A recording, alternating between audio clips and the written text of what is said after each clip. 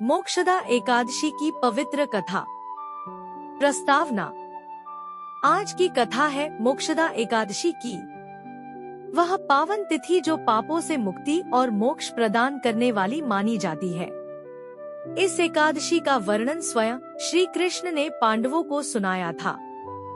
अर्थ: मोक्षदा एकादशी वह दिन है जब हम प्रभु से क्षमा, शांति और जीवन में नई शुरुआत की प्रार्थना करते हैं। कहानी शुरू होती है विदर्भ देश का राजा वैखानस। बहुत समय पहले विदर्भ नाम का एक राज्य था। उस राज्य का राजा था राजा वैखानस, जो बहुत दयालु और धर्मप्रिय था।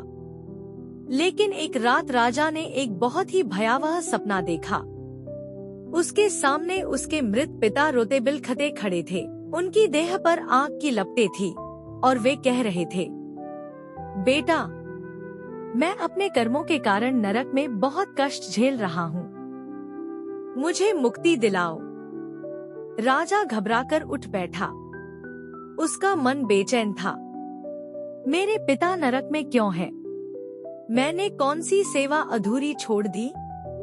अर्थ: सपना संकेत था कि राजा के पिता अधूरी मुक्ति की अवस्था में थे और उन्हें अपने पुत्र की सहायता चाहिए थी। राजा की यात्रा, सत्य की खोज। अगली सुबह राजा वैखानस तुरंत ऋषि परमहंस के आश्रम पहुँचे। उन्होंने श्रद्धा से प्रणाम करके सब बताया। ऋषि ने अपनी दिव्य दृष्टि से सत्य देखा और बोले, राजन, तुम्हारे पिता अपने जीवन में एक छोटा सा धर्म भ्रष्ट कर्म कर बैठे थे। अब उन्हें उसका फल मिल रहा है, लेकिन एक उपाय है। राजा उत्सुकता से बोले, गुरुदेव, कृपया बताइए, मैं अपने पिता को कैसे मुक्त करूं? ऋषि मुस्कुराए। मोक्षदा एकादशी आने वाली है। यदि तुम पूरे विधि विधान से व्रत रखकर उसका पुण्य अपने पिता को अर्पित कर दोगे, तो उन्हें अवश्य मुक्ति मिल जाएगी।